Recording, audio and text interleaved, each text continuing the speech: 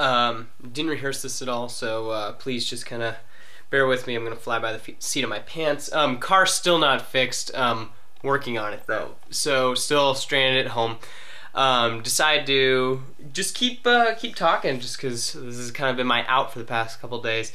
So another big thing that happened, Geoff Johns decided he is done with Green Lantern, and Geoff Johns has been writing Green Lantern for the past 9 years. I got into it around 2009, around the time of Blackest Night started, and yeah, just really kind of put the character on the map for me. I mean, he's responsible for things like Green Lantern Rebirth, the Sinestro Corp War, DC's Blackest Night, Brightest Day, Flashpoint, the New 52.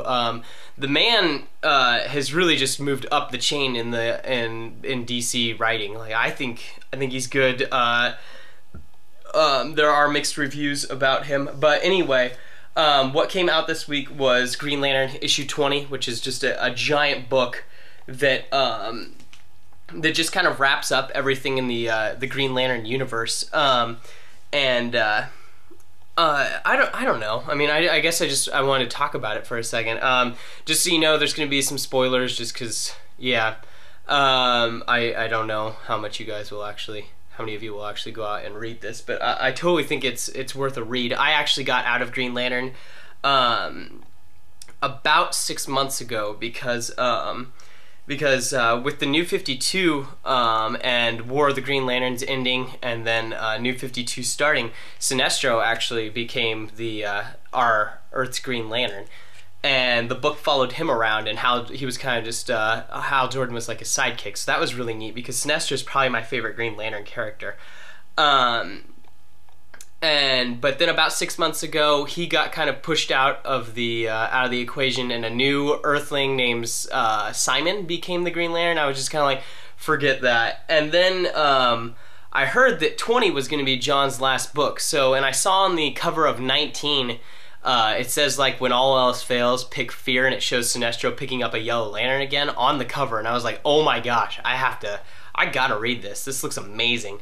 And so I was a little lost, but now I'm doing some more research and getting back into it. I only missed 6 issues, and so yeah, but and then I picked up 20 this week, and 20 is huge. It's like 66 pages. Granted, it is $8, but and it's also bound really nice, like already like a trade.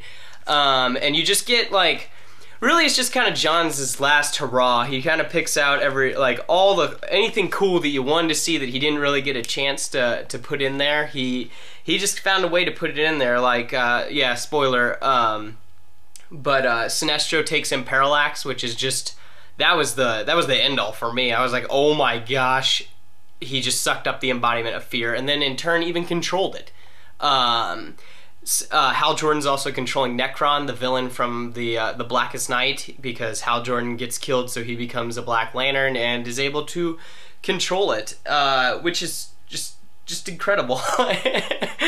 And really, he just took all the feel-good moments from, you know, things like, you know, the Sinestro Corp War, and like all these things that have just been building up. Brightest Day, Blackest Night. He just took all this stuff, all the Lantern cores that he invented, and just kind of put it all together. He also gave everybody, I guess it's really coolly, I guess, written. It's some librarian basically in OA is telling a new Green Lantern recruit the story of Hal Jordan, and is telling the story, and at the end of it, it says that, you know, Hal and Carol Ferris had a baby, and they lived happily ever after. You know, living without fear, but with lots of love. Guy Gardner is off doing his thing out in a bar, you know, just being a hero, an old retired hero. John Stewart is doing kind of, I don't know, living a happy life on Earth, you know. I don't know, I wasn't very impressed with his, but, you know, he's not my favorite Green Lantern. Kyle Rayner is still being a White Lantern, and is being the healer of the universe, which is fitting, which is cool. And then the little recruit asks ask the librarian what happened to Sinestro, because at the end of the story, Sinestro just kind of goes off, just disappears after doing some after battling Hal and trying to fix some things. He just kind of disappears, and it kind of leads you to believe that the old librarian's Sinestro, because yeah, you can't see the librarian's face. So yeah, I don't know. It's just it was cool just how he kind of wrapped everything all up, and you know, fighting the first lantern, and so all the lanterns had to come together to fight, you know, the ultimate evil, and you know, bad guys turned good, and it was just, you know, just a really good feel-good ending, and I really liked it. I don't know.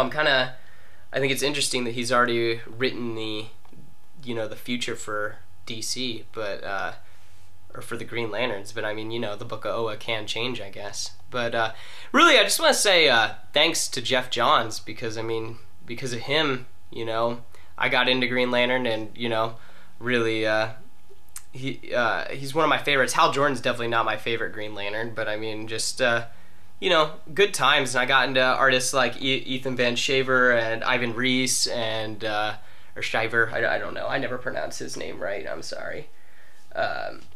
My apologies. But yeah, really, Geoff, I just want to say thank you for, you know, writing good stories and good compelling stories, and creating cool new characters and fun twists and turns, and just, you know, it's been a wild ride, and I'm looking forward to continuing reading Aquaman and Justice League, and you know, whatever else you have figured out in the whatever I guess you have in store for the rest of the DC universe. So yeah, this is The Geek, and hope you're having a good day, and see you soon.